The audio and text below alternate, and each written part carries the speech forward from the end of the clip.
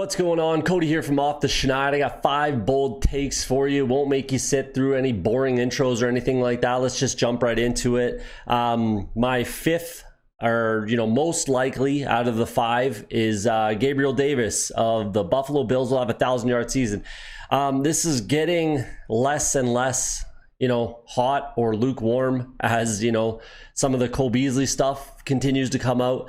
The reality of it is I had this kind of, on deck or ready to go right after the draft. So I've been on this train. Like I posted on Twitter my exposure on best ball or of best ball or in best ball drafts type of thing, just in case people didn't quite believe what I was saying. Gabe Davis is very much on my radar, has been since the end of last season. I just saw him make a lot of big splash plays, and he really kind of showed up to me when watching the Bills play. So let's dive right into it. Let's start at college with him, or in his final year at UCF.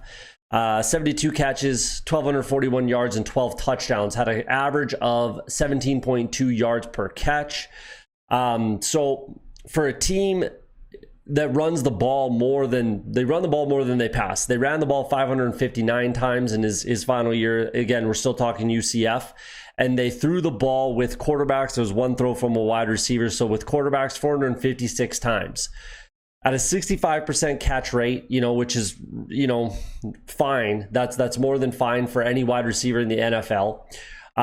He's looking at roughly 110 targets, roughly, which is about 25% of the target share on this team. So those, again, the rough numbers. It's hard to find, his actual targets at UCF, his actual college targets, whether or not that's even accurate. It's tough to find those numbers. So I'm just going off of, basic kind of math, basic football kind of math, if that makes sense. So looking at his first year, his rookie season, which, number one, a pandemic-riddled season, not a full off season. There's lots of uncertainty there, lots of moving pieces, lots of things going on, and he showed out. He had a really good rookie year. 599 yards, 7 touchdowns, 62 targets, and 35 receptions. Obviously, that catch percentage has to go up by about 8.5%. He was 56.5%. So if he goes up 8.5%, he's sitting at that 65% catch rate, which is kind of the golden number I've been using, especially with this projection. So you look at, here's what I look at when I'm trying to think of bold takes or guys that can do more in their whatever season. Doesn't have to be their second season, third, whatever age they are. If I think that there's value to be had, I'm going to look at it and find ways to make it make sense. So in his last 6 games, in Gabe Davis's last 6 regular season games, he had 31 total targets, obviously divided by 6, that's 5.2 targets per game. Over a 17 game season, that's just stretching it out, if he maintains that pace. Over 17 game season, he's got 88 targets. 88 targets on a 65% catch rate, 57 catches. 57 catches, and I'm going to pull back his, even though in his final year at UCF, he was 17.2. Last year for the Bills, he was 17.1 yards per reception. I'm going to pull that back. Let's pull it back a full yard. So 16.1, 57 catches with 16.1 average yards per catch. You're looking at 918 yards. So that's based off of just last season. And if you want to take that, again, that final 6 game sample size, he will over 17 game season, he would have he would have had over 10 touchdowns. Right? He had 7. And then if you look at that final 6 games, turn that into a 17 game season, 10 plus touchdowns. So it's not crazy to say at all that Gabe Davis in 2021 could be a 1,000+ yard receiver and a 10+ touchdown receiver, which is unbelievable value considering where he's being drafted ADP wise. So there you go. That's kind of where I'm at with that. That's just based off of the numbers from last season. So if he gets the same kind of 110 targets or 110, 120 targets that he had in his senior season, he should be able to get there. And again, that's just based off of, what he did last year and what he did in the final 6 games especially, and then progressing, at a normal rate. I'm not saying that he's going to go out there and be, 130 targets. If he even gets 100 targets, 65 catches, there you go. He's there. So then, this is where it gets annoying for me, because I've been on this train for months and months and months, basically since the end of the draft. I got to wait and see what they do in the draft to see if they add receivers, what they do on the offensive line, things like that, to kind of finalize my, takes and what I think guys can do and where I can see some value. So that's where I developed this kind of narrative about Gabe Davis. Now you throw in all the Cole Beasley stuff. It's very possible that he's going to end up getting cut from the Bills and not even play here. If Cole Beasley ends up getting cut, I actually don't see a crazy amount of change, because they do have Emmanuel Sanders that they brought in. And he can fill in that role kind of no problem. They also have Isaiah McKenzie, who can also fill in that role, but some of those targets would trickle for sure to Gabe Davis. He did have a 31.5% snap rate in the slot. He had 233 snaps out of the slot, Gabe Davis. So he could steal some of those regardless of whether Beasley's on the team or not. He could steal some of those slot routes and, eat a little bit there. But, and then if Cole Beasley is gone, again, some of those targets will trickle his way. So I think that it's kind of a lukewarm take now at this point. Obviously, with what's going on with Cole Beasley, it gets, those little cold water in there. But that's where I'm at with Gabe Davis. I think he's a guy that you can definitely look to grab in best balls, redrafts, that kind of a thing. I have an ADP either or episode that's going to drop right away here today as well. And Gabe Davis is involved in that as well. So take a look for that one. Let's move on to the number 4 take. All right, we're looking at my number 4 most likely, or whatever. I'm counting down to the least likely. I don't even know if there should be an order, but either way. Number 4, Detroit Lions running back DAndre Swift will be the first 1,000-yard rusher in Detroit since 2013 and Reggie Bush. And he'll also have a total of 1,500 plus yards in 2021. Looking at, running back stats for the last 4 seasons, is how far I kind of went back. There's an average of 8 running backs that get over 1,400 total yards, an average of 8. I know that 1,400 is not 1,500, but it puts you right on that kind of cusp there. 208 carries have opened up from Adrian Peterson and Kerryon Johnson leaving. Obviously, they bring in Jamal Williams, which we will obviously get to in a second here. So DAndre Swift last year played in only 13 games, started only 4. If you look at what his pace was, if he played a full 17-game schedule, obviously there's only 16 games last year, I know that. But if you look at it like a 17-game schedule, which is what it will be this year. So on pace, if they had the same, all things remained the same, I think you understand what I'm getting at here.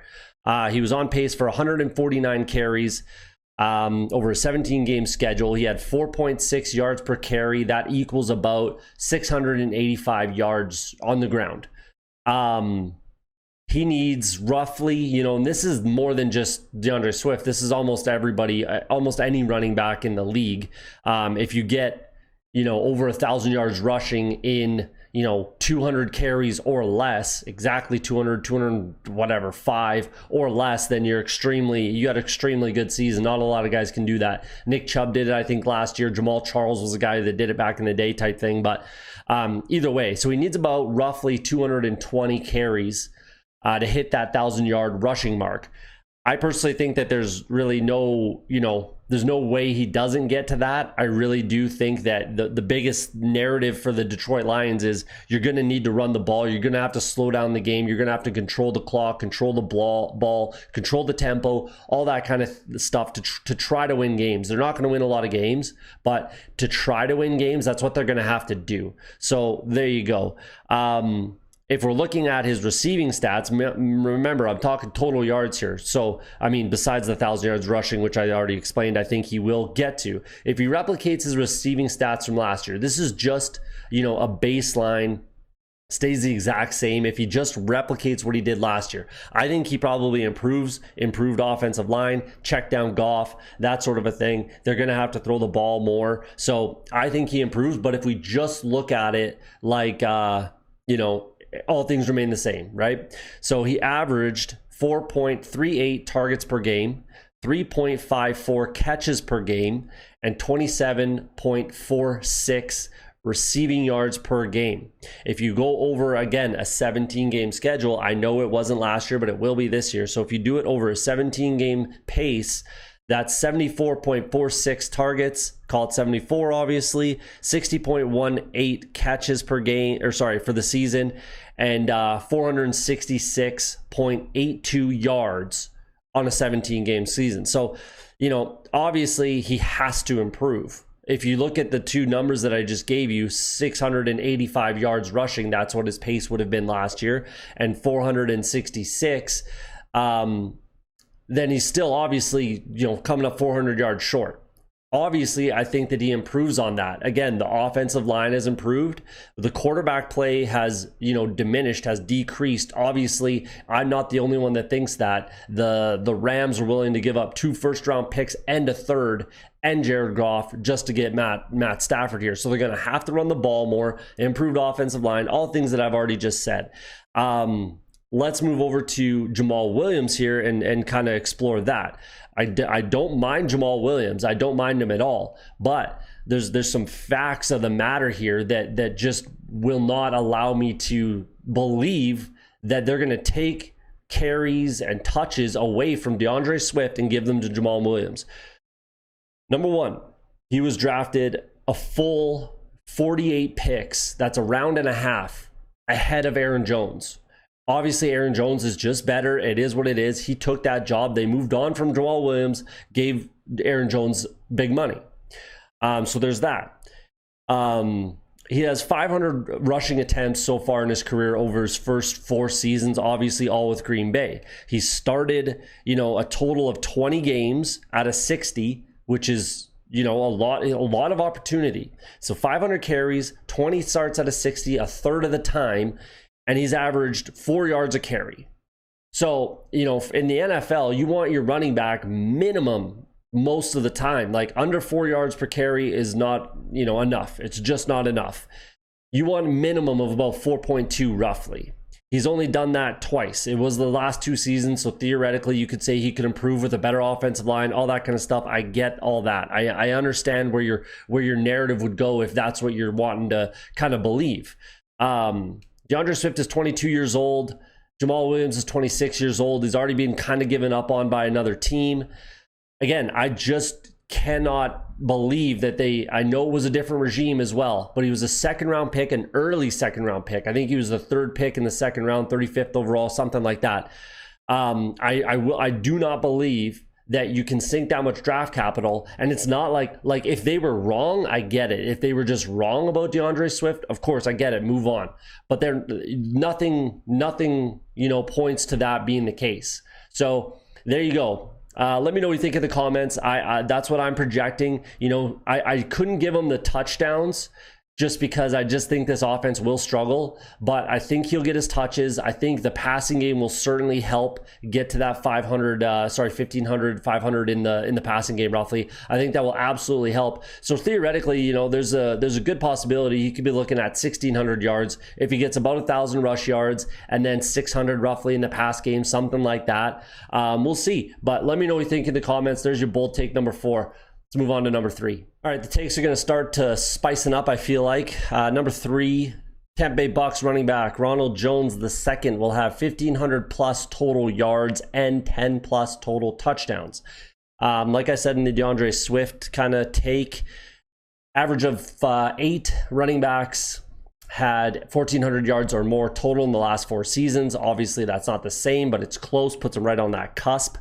The dude is in his 4th year, going into his 4th year. He's only 24 years old, still very, very young. He's improved in every season while sharing touches, a lot of times sharing the rushing as well. Obviously, he's still going to give up a little bit in the passing game and on 3rd down. He's not the best pass protector on third down, or the best pass catching back out of the backfield, especially when they added Gio Bernard. But those are things that a 24-year-old kid can absolutely improve on. So I'm hoping that he does a little bit, he just improves there. As far as running the ball, like I just said, he's the best running back. He's the best running back, obviously, on this team. Averaged 5.1 yards per carry versus 3.8 for Leonard Fournette, who's probably, the number 2 rushing running back, number 2 option running the ball type of thing on this team. If we look at his pace last year, he missed a couple games, only played 14 games. Definitely didn't start all those games. Well, he started 13 of the 14, so there you go. He did end up with 192 rushes, 42 targets, and 28 catches, which is a little bit back, especially in the yards from 2019.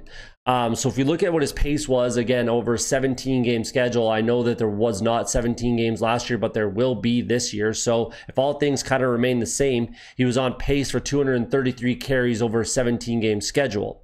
Roughly, I'm projecting he's going to need about 260 carries, which is only 1.6 more touches per game, more rushes per game to get to that 260 carry mark, where he's going to have roughly at least I'm going off of 4.6, roughly 4.6, 4.7. Let's say it pulls back a little bit, which is it's entirely possible it stays the same, and he was about 5 yards a carry again, which would lend to this being a little easier for him to achieve.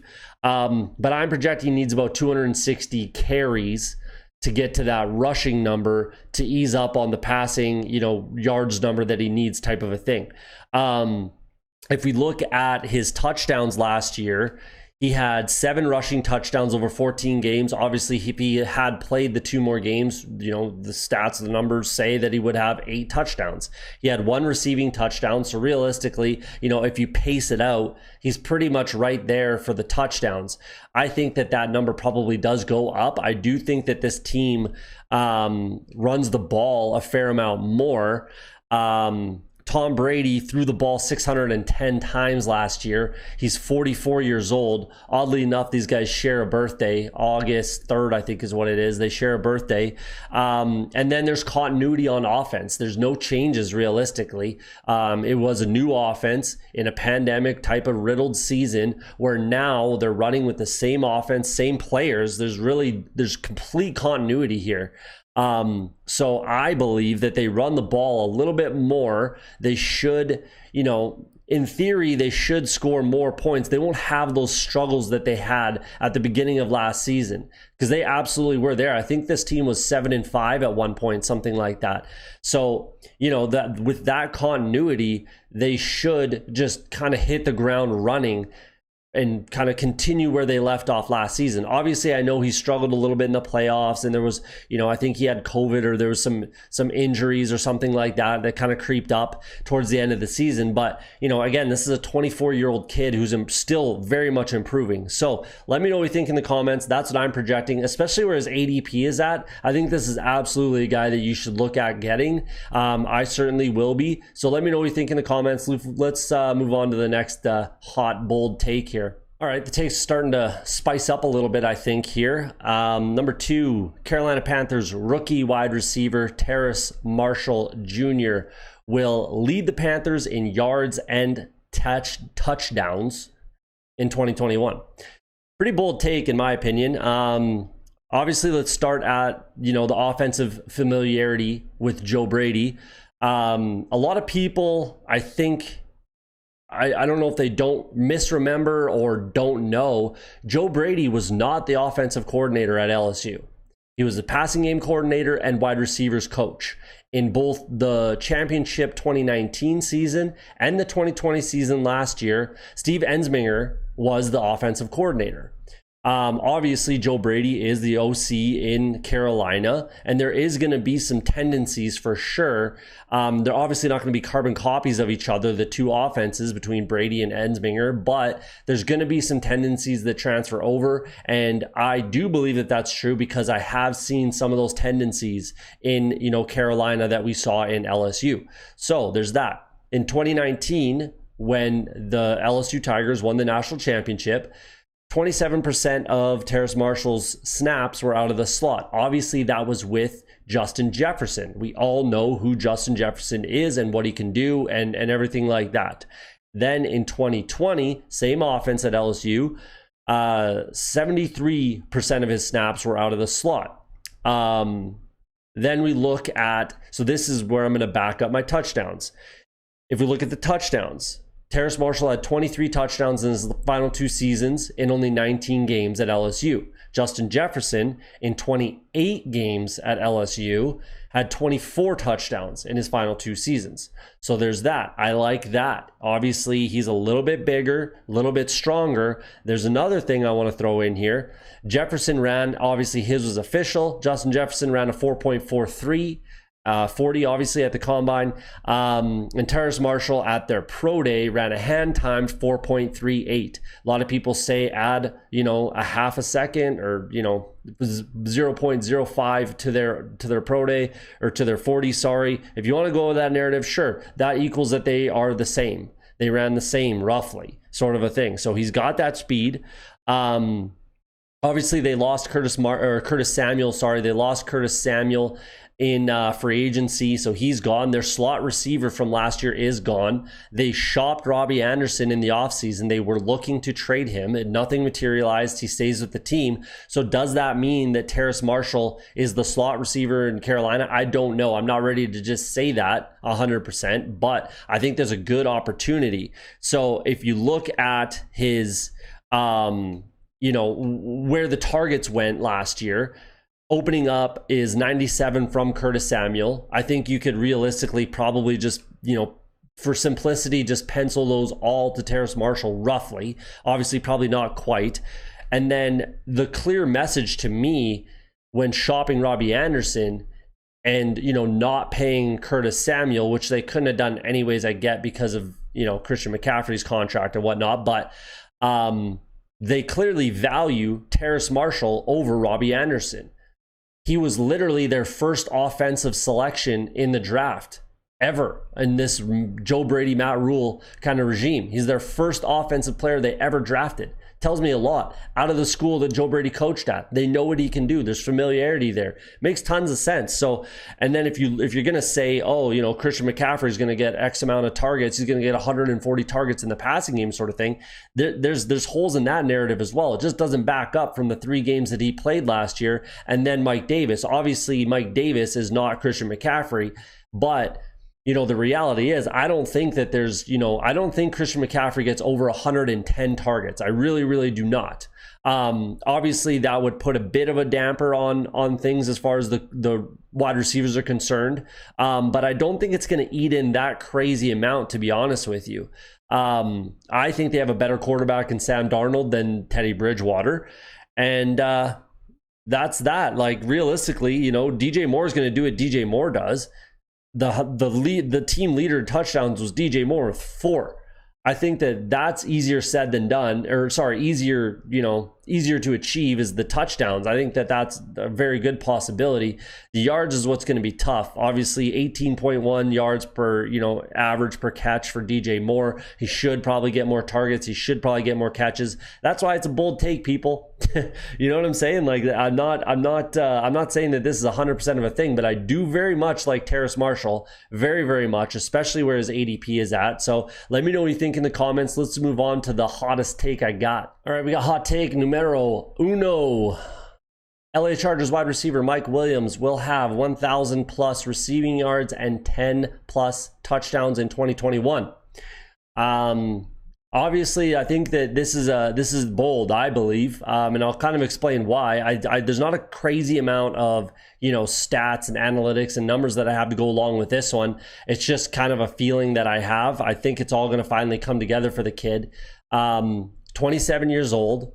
He will be 27 years old at some point throughout the season. He does have 1,000-yard receiving season. It was 1,001 yards. And he does have a double-digit 10-touchdown season. Again, exactly 10 touchdowns. If he could put them together, then, I'm right here. So we'll see what happens. He is in a contract year, which is big, obviously, for wide receivers. And he's going to want to be playing for another contract. But more than that, he's going to be wanting to play to be he's going to want to stay in LA realistically. In my opinion, it's a great spot to be. The offensive line just got extremely better. So theoretically, Justin Herbert's going to have all the time in the world to throw the ball back there. He's going to want to stay here. He's the, second-year quarterback who was the rookie of the year. Again, the O-line is much, much, much improved. And the other little kind of, not analytic or stat, but like little tidbit here, the defense is improved. It's pretty good. It does have a lot of pieces, but there's still holes that can be exploited. And I do feel like a lot of, how last season went for the Chargers, there's going to be a lot of shootouts for this team. They're going to be, playing in a division with, the Chiefs, all these teams, actually, the Raiders, Broncos. I mean, the Raiders and Broncos are a little weaker on offense, I suppose, and they are for sure, but they're still pretty potent offenses, pretty good teams all around. I just feel like there's going to be a lot of shootouts in LA. They're going to have to throw the ball. Mike Williams has never had more than 90 targets. Even in the 1,000-yard season that's when he had 90 targets, 43 catches. Obviously, that's not the yards per reception was a bit of an outlier for him for sure. But I think that, it's very, very possible, even if he sees about 110, total targets, 120 maybe, he could absolutely surpass that 1,000 yards. And then, coming with that, I believe a little more health. I know he was banged up a little bit last year. He only started 11 of the 15 games he played. A lot of that was due to, being a little bit banged up. I know he came into the season with a shoulder issue that he got in camp. I believe they were Hard Knocks too, so you kind of saw it. But there you go. Let me know what you think in the comments. Again, not a ton of analytics behind this. It's just what I feel is going to happen. I just think it makes too much sense. And again, with where he's being drafted, all these guys, it's where they're being drafted that, makes them much more valuable, in my opinion. If you can wait that much longer. And like I said, I have an ADP either or episode coming out today as well that I'm going to do. If you can wait that much longer to get your wide receiver, 2 or wide receiver 3 that can become a wide receiver 2 or 1, even with these numbers, that's absolutely a wide receiver 1 on any fantasy team, 12 teams or more, 12 to 14 teams, 16 teams, that kind of a thing. He's absolutely a wide receiver 1. So there you go. Let me know what you think in the comments. Bunch of bold takes for you. I'm not ready to completely die on the hill of these guys, but I am drafting these guys as such. And I did post on Twitter, which you can check out. Check the description for social media there. I did post my exposure on Underdog Best Ball and a lot of these guys are showing up on those at the top of that. I think I posted my top 10 and I think all of them are in there. So there you go. Let me know what you think in the comments. Don't forget to hit that like and subscribe button and we'll see you on the next video.